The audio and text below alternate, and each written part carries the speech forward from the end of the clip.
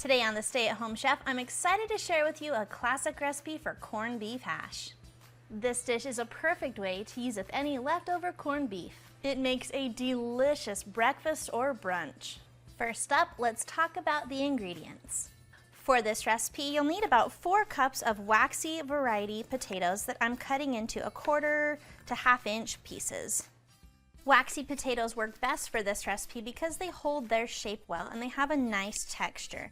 But if you've got russets on hand, they'll also work. They may just turn out a little more mashed.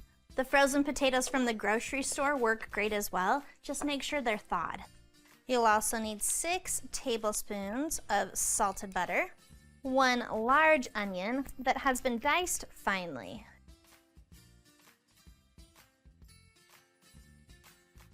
and the star of this recipe is corned beef.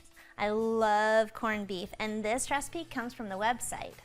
Corned beef is a brisket that has been corned, and it's extra salty and delicious. I love it even when it's a little bit smoked.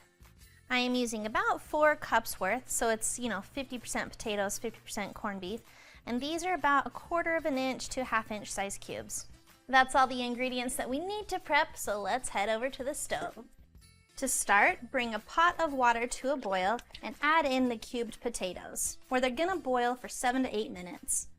The potatoes don't need to be fully cooked, they just need to be a little more tender. And then we're gonna remove those, set them aside and pat them dry. In a large skillet over medium-high heat, melt the butter. Once the butter is melted, add in the diced onion and let that cook for about 5 minutes. The onions have softened and turned a little bit more golden. Now we're going to add in a tablespoon of minced garlic and sauté that for about 1 more minute. Now it's time to add in those potatoes and the cubed corned beef. Give that a gentle stir, and then you're going to press that down into the skillet so it's got as much surface area against the pan. It's so tempting to want to flip this or stir it, but don't do that for at least 7 to 8 minutes so you can ensure you get the best crust on this. It's been about 7 minutes and now we can flip that. Ooh. And then press that down into the pan and let that cook for another 7 to 8 minutes. It's finished cooking and now all you need to do is season to taste. Not all corned beef are the same and some may be saltier than others, so taste it first and then salt it as you please.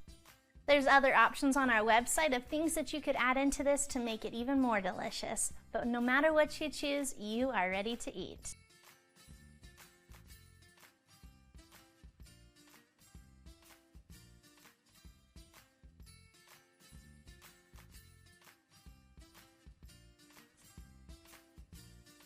Thanks for watching. You can find the full written recipe in the video description below.